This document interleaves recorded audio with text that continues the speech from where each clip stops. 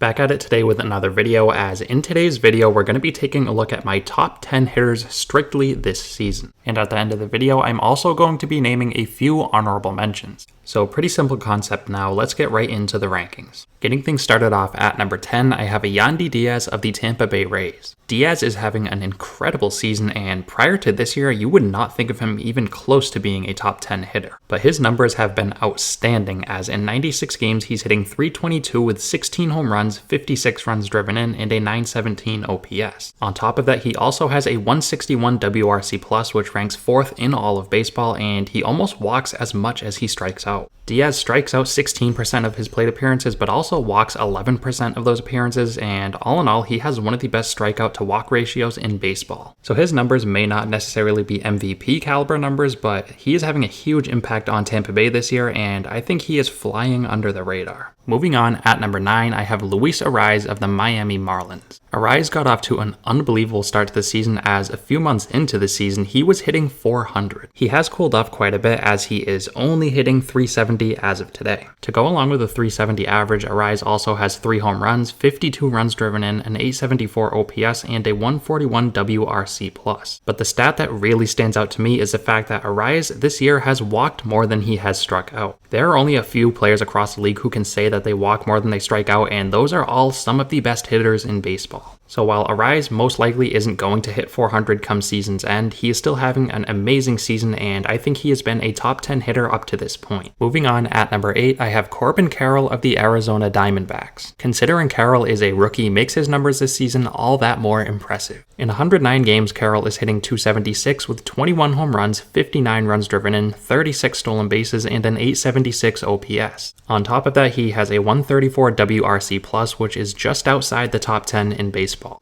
Carroll is an unbelievable talent. At only 22 years old, he is the face of the Diamondbacks, and he's going to be around for a very long time. While Matt McLain and Elly De La Cruz of the Reds have been amazing this year, I would not be surprised at all if Carroll ended up unanimously winning the National League Rookie of the Year. He's going to come close to a 40 home run, 40 stolen base season as a rookie, which is just unheard of. Carroll is an absolute stud, and I have him coming in at number 8. Getting on to number 7, I have Juan Soto of the San Diego Padres. Now I understand I may get some pushback with this one. Soto's numbers don't jump off the page. In 114 games, Soto has hit .273 with 24 home runs, 72 runs driven in, a .934 OPS, and a .156 WRC+. But the stat that really jumps off at me and really made me rank him higher than a lot of you may think is the fact that he has just about walked as much as he has struck out this year. Soto is notorious for being one of the most disciplined players in baseball. He walks a ton, he doesn't strike out very often, and he is all in all one of the best pure hitters the game has seen in a pretty long time. He started off the season relatively slow, but he has gotten up to speed this summer, and I think he's going to have a very strong finish to this season. At number 6, I have Kyle Tucker of the Houston Astros. Tucker is not only one of the best hitters the game has today, but he is also one of, if not the most clutch hitter.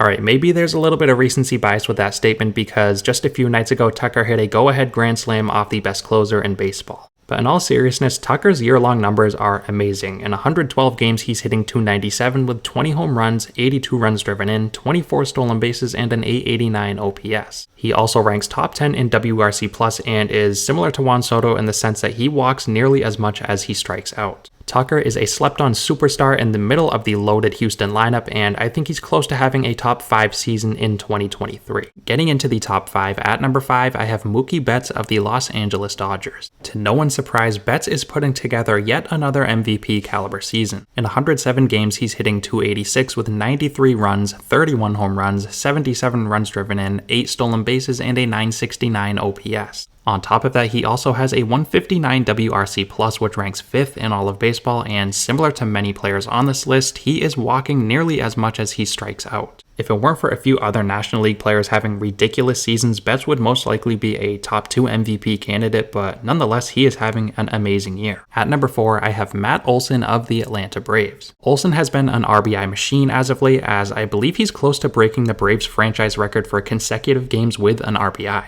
Olson's season-long numbers are outstanding, as in 111 games he's hitting .267 with 39 home runs and a league-best 100 runs driven in. Those 100 RBIs are 11 more than Adolis Garcia, who is in second place, so Olson is pacing the league in RBIs by quite a bit. He also has a 975 OPS and a 155 WRC+. Now, the one blemish in Olson's game this year has been his strikeout to walk ratio, as he's striking out nearly twice as much as he is walking. But like many other power hitters across the league, he is going to strike out quite a bit, but that necessarily isn't the biggest deal because he is driving in tons of runs and hitting plenty of home runs in arguably the best offense in baseball. Olson is having a career year, and come season's end, he may very well come close to 60 home runs and 150 runs driven in. Getting into the top 3, at number 3, I have Freddie Freeman of the Los Angeles Dodgers. In Freeman's Hall of Fame caliber career up to this point, this year may be his best. In 112 games, Freeman is hitting a ridiculous .343 with a league best 100 runs scored, with 23 home runs, 81 runs driven in, and 16 stolen bases. On top of that, he is also top 3 in baseball in OPS and WRC+. Freeman has also walked 11% of his at-bats this year and only struck out 12%, so he's coming close to, like many others, striking out just as much as he walks. It seems like every time I check the Dodgers box score, Freeman has tossed out 2 or 3 hits and has driven in a couple runs. I want to say he's in the midst of a hot streak at the moment, but to be honest, I think that's just how good this guy is. He is a top talent in baseball today, and I have him coming in at number 3. At number 2, I have Shohei Ohtani of the Los Angeles Angels. Ohtani is putting together another amazing offensive season. In fact, his numbers up to this point are very similar to Aaron Judge's 2022 season. In 113 games, Ohtani is hitting .307 with a league best 40 home runs, 83 runs driven in, 16 stolen bases, and a league best 1078 OPS. He also leads baseball by a pretty wide margin in WRC+.